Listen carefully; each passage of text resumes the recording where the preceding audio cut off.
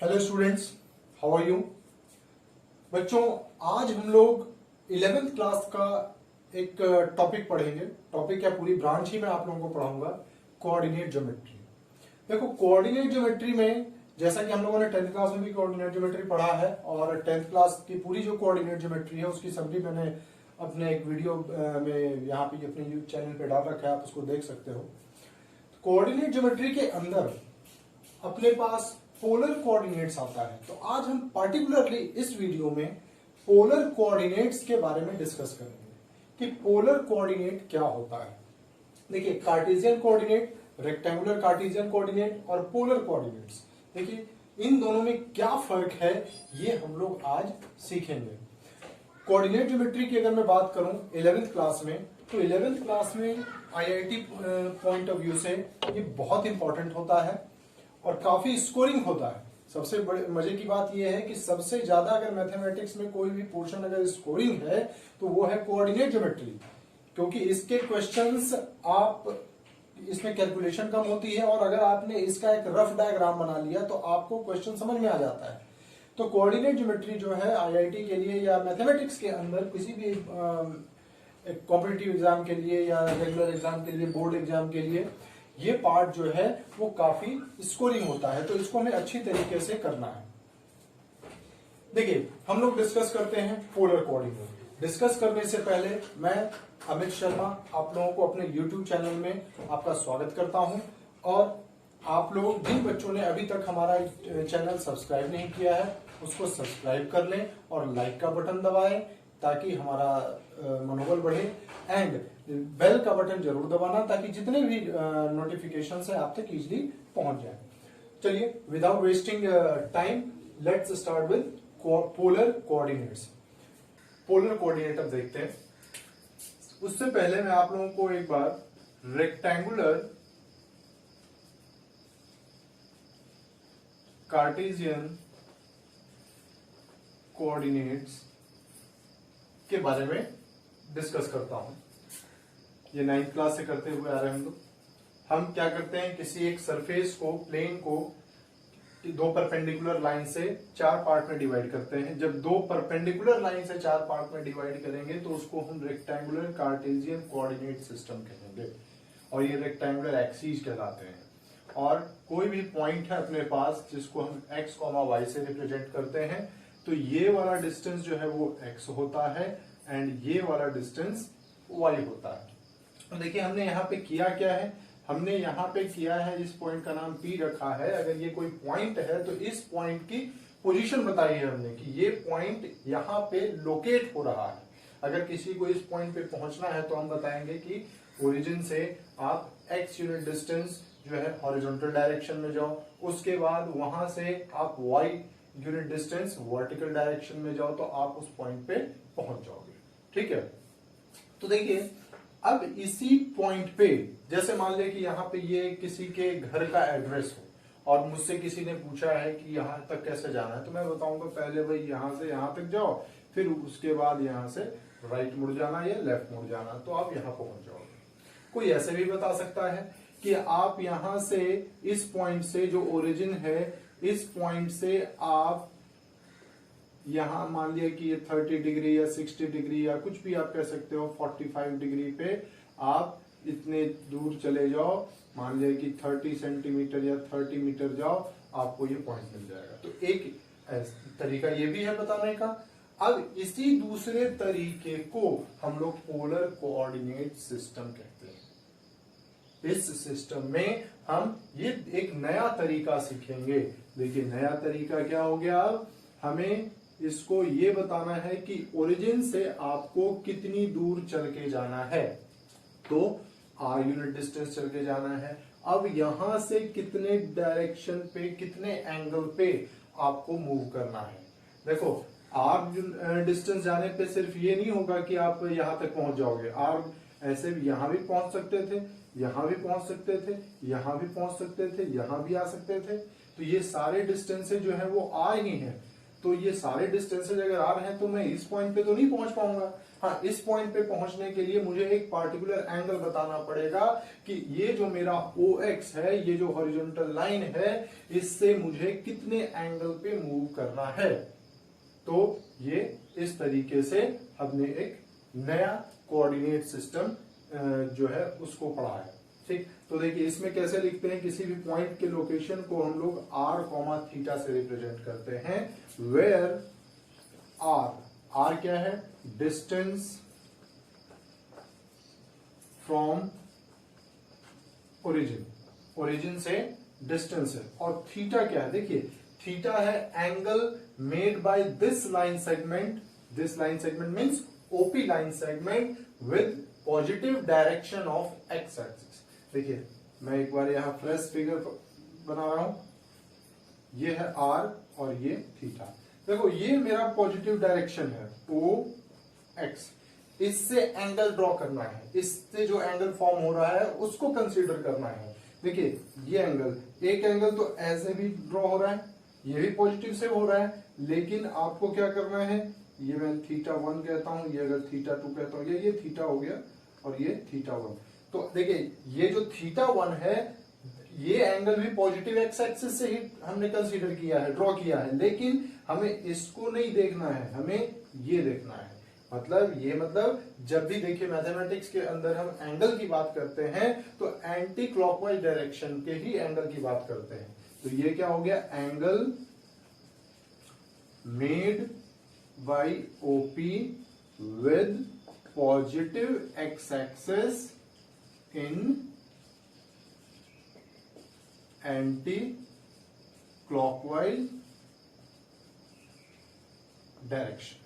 देखिए anti clockwise direction में जो एंगल फॉर्म होगा वो एंगल होगा तो r, थीटा। ठीक है, अब हम ये देखते हैं कि अगर मेरे पास कोई किसी भी पॉइंट का पोलर कोऑर्डिनेट दिया हुआ है और मुझे उसको कार्टेशियन कोऑर्डिनेट में कन्वर्ट करना है तो मुझे उसके लिए क्या करना पड़ेगा, सो देखते हैं। तो देखिए पोलर कोऑर्डिनेट से कार्टेशियन कोऑर्डिनेट में हम कैसे कन्वर्ट करेंगे, जो देखते हैं। देखिए कार्टेशियन कोऑर्डिनेट में अपने पास अगर कोई पॉइंट होता था P, तो उसको हम x, y से रिप्रेजेंट करते थे। ये होता था अपना x और ये होता था अपना y। अब यही सेम पॉइंट है, इसको हमने r, थीटा से रिप्रेजेंट किया है। ये डिस्टेंस है r और ये एंगल है थीटा। तो देखिए कार्टेशियन कोऑर्डिनेट में आपको ये डिस्टेंस फाइंड करना है और ये डिस्टेंस फाइंड करना है, तो दोनों जो डिस्टेंस हमें फाइंड करना है वो इस तरीके से हम कर सकते हैं। मैंने इसको मान लिया है x और इसको मान लिया है y, तो आपको x और y फाइंड करना है। देखिए बहुत सिंपल है, cos थीटा क्या होता है, बेस अपॉन हाइपोटेन्यूज यानी कि x अपॉन r।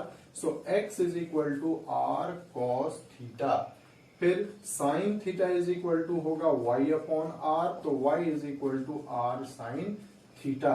तो देखिए x और y की हमें वैल्यू मिल चुकी है। तो अगर मुझे इसको कार्टेशियन कोऑर्डिनेट में कन्वर्ट करना है तो ये होगा r cos theta, r sin theta. तो ये अपना जो है कार्टेशियन कोऑर्डिनेट सिस्टम में कन्वर्ट हो गया है। अब देखते हैं नेक्स्ट पार्ट इसका, डिस्टेंस बिटवीन टू पॉइंट्स। अब हम लोग देखेंगे डिस्टेंस बिटवीन टू पॉइंट्स, दो पॉइंट्स के बीच का डिस्टेंस क्या होगा, यानी कि हमें PQ डिस्टेंस फाइंड करना है। देखिए ये है, इस पॉइंट का कोऑर्डिनेट है r1 θ1 and this is r2 θ2।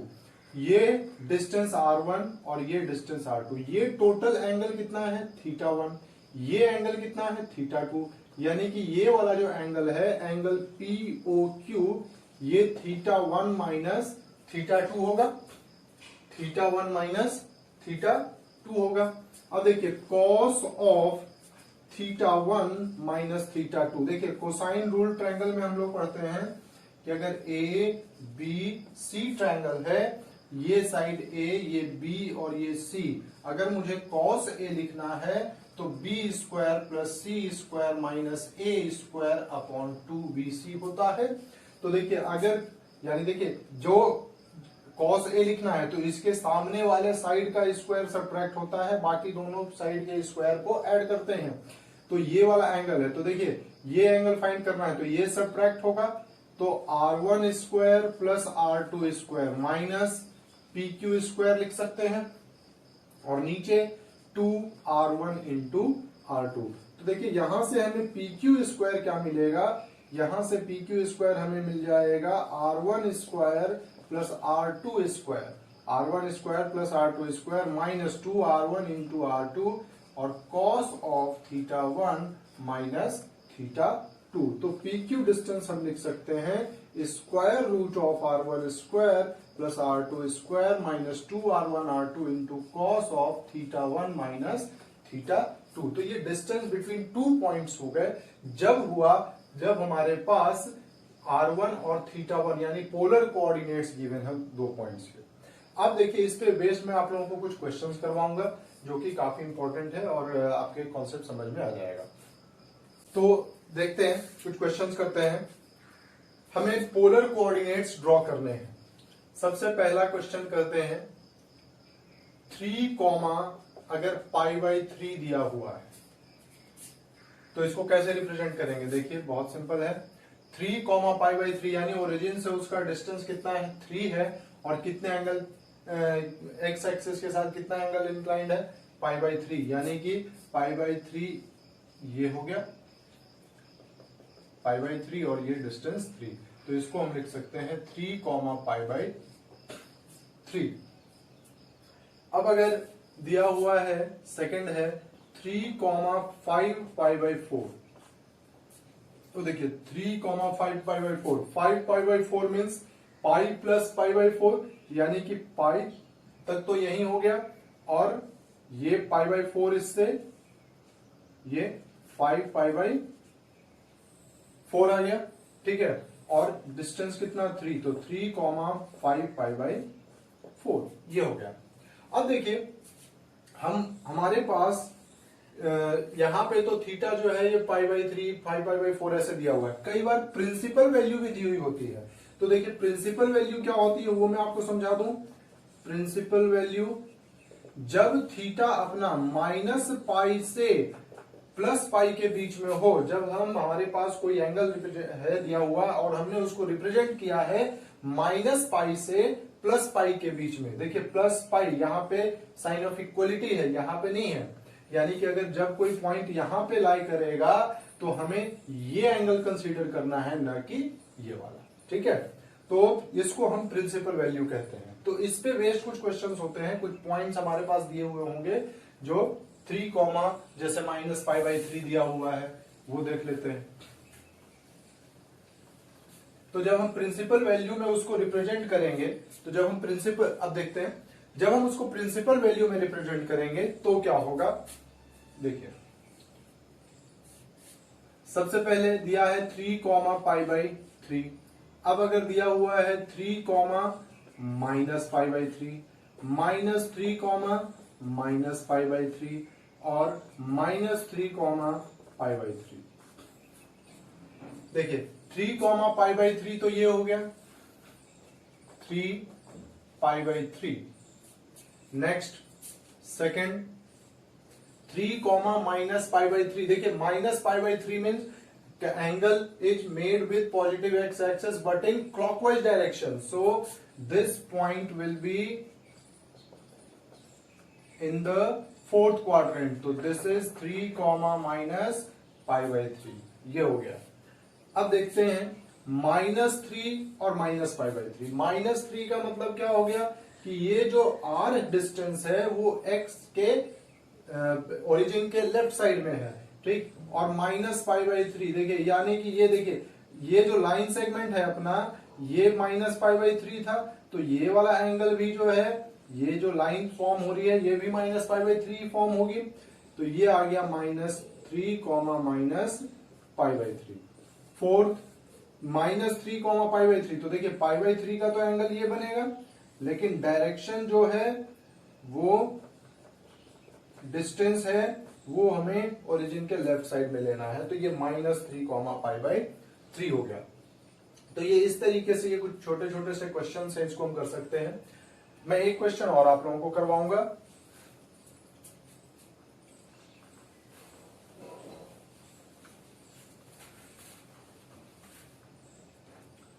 देखिए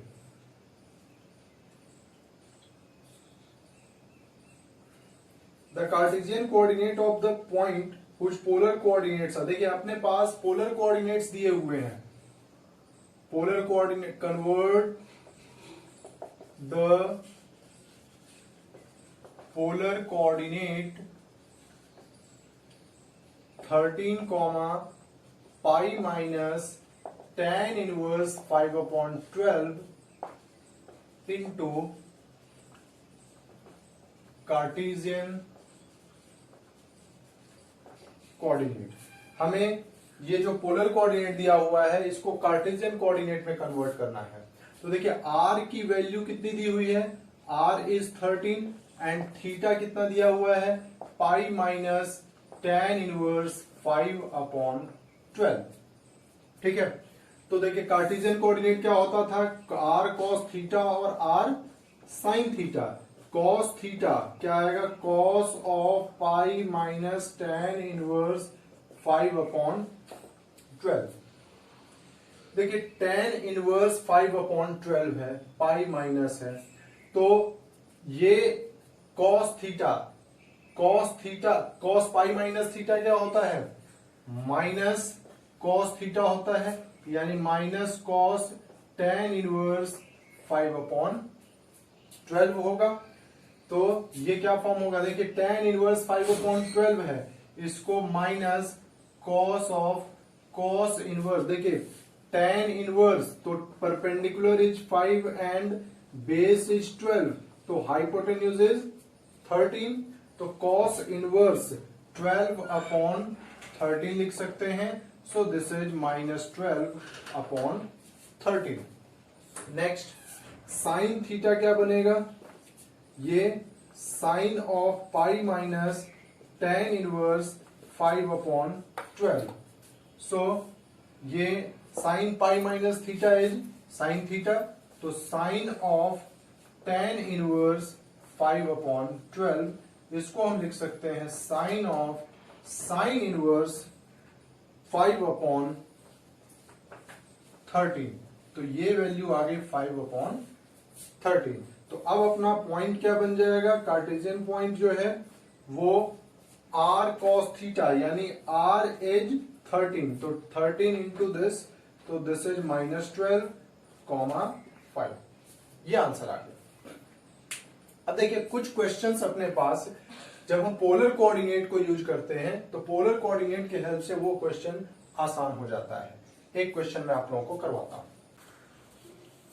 हाँ जी स्टूडेंट्स, ये क्वेश्चन है अपने पास 2 points 0, 0 and a 3,√3 with another point p form an equilateral triangle, then find p find करना है, इसका मतलब p के कोऑर्डिनेट्स फाइंड करने हैं। तो देखिए अपने पास एक पॉइंट तो दिया हुआ है 0, 0। देखिए ये जो पॉइंट है, ये पॉइंट कैसा दिया हुआ है, ये हमारे पास कार्टेशियन पॉइंट दिया हुआ है, रेक्टेंगुलर कार्टेशियन कोऑर्डिनेट्स दिए हुए हैं। a 3,√3 तो O और A दो पॉइंट दिया हुआ है। अब हमें ट्रायंगल का ये बताना है कि तीसरा पॉइंट P के साथ ये एक इक्विलैटरल ट्रायंगल फॉर्म कर रहा है, तो P के कोऑर्डिनेट्स क्या क्या होंगे। तो अगर मैं इसको पोलर कोऑर्डिनेट में कन्वर्ट करूं तो क्या बन जाएगा, देखिए 0, 0 तो क्या बनेगा, 0, 0 ही रहेगा, क्योंकि ओरिजिन से ओरिजिन का डिस्टेंस 0 और एंगल क्या बना रहा है, ये भी 0। अब 3,√3 तो देखिए ये डिस्टेंस, ये कितना हो जाएगा, डिस्टेंस निकाल लो, ये वाला क्या जाएगा, ये 3 का स्क्वायर 9 प्लस √3 का स्क्वायर 3√12 यानी कि 2√3। तो मैं इसको क्या लिख सकता हूं, ये पोलर कोऑर्डिनेट के फॉर्म में 2√3 कॉमा, ये देखिए √3 दिया हुआ था, ये डिस्टेंस ये 3 था और ये √3 था, तो tan थीटा अगर हम निकालेंगे तो √3/3 यानी 1/√3, तो थीटा कितना आ गया, π/6, यानी कि ये एंगल π/6 है। तो अब P के कोऑर्डिनेट्स कहां होंगे जो देखते हैं। तो देखिए इक्विलैटरल ट्रायंगल है, तो ईच एंगल कितना 60 डिग्री, तो देखो ये 30 डिग्री है, तो इसका मतलब ये वाला एंगल कितना हो गया, अब 60 डिग्री हो गया। यानी कि P पॉइंट जो है कहीं यहां पे लोकेट करना होगा हमें। तो ये रहा P। अब ये कितना डिस्टेंस था, 2√3 था, तो ये वाला भी कितना 2√3 यानी 0,2√3। देखिए कितना इजीली हमें ये पॉइंट मिल गया। तो ये देखिए एक पॉसिबिलिटी और है, एक पॉसिबिलिटी ये है कि ये इस तरह फॉर्म हो ट्रायंगल, ठीक है। देखो ये 30 डिग्री, तो ये भी कितना 30 डिग्री, ठीक। और ये 90 डिग्री होगा, तो ये पॉइंट हो गया अपने पास कितना, पहले था 3,√3, तो अब 3, यानी P के कोऑर्डिनेट्स हमें क्या मिल सकते हैं, मिल जाएंगे 0,2√3 एंड 3, ठीक है। तो इस तरीके से ये वाला क्वेश्चन हम लोगों ने सॉल्व कर लिया। नेक्स्ट क्वेश्चन देखते हैं। हमें क्या करना है, transform the equation r² cos² theta equal to a² cos 2 theta into Cartesian form. तो हमें इसका ट्रांसफॉर्मेशन करना है, पोलर फॉर्म में से कार्टेशियन फॉर्म में कन्वर्ट करना है। तो इसको कन्वर्ट करने से पहले देखते हैं, देखिए r cos theta is equal to x होता है और r sin theta equal to y होता है। यहां से हम tan theta equal to y upon x लिख सकते हैं। और देखिए जब आप स्क्वायरिंग और एडिंग करोगे, r² cos² theta equal to x² plus r² sin² theta equal to y², और इधर r² cos² theta plus r² sin² theta, r² common लेंगे तो cos² प्लस sin², ये r² आ जाएगा। तो r² is equal to x² plus y² होता है। ये दो चीजें अपने पास हैं। इन दोनों रिलेशंस को यूज करके हम पोलर कोऑर्डिनेट सिस्टम से कार्टेशियन सिस्टम में कन्वर्ट कर सकते हैं। देखिए r² cos² थीटा, ये a² cos 2 थीटा ये दिया हुआ है। देखो मैं इसको r² अपॉन sec² थीटा लिख सकता हूं। ये a² cos 2 थीटा का अपने पास फॉर्मूला होता है 1 minus tan² theta upon 1 plus tan² theta. देखिए 1 plus tan² theta sec² theta के बराबर होता है, यानी मैं इसको कैंसिल कर सकता हूं।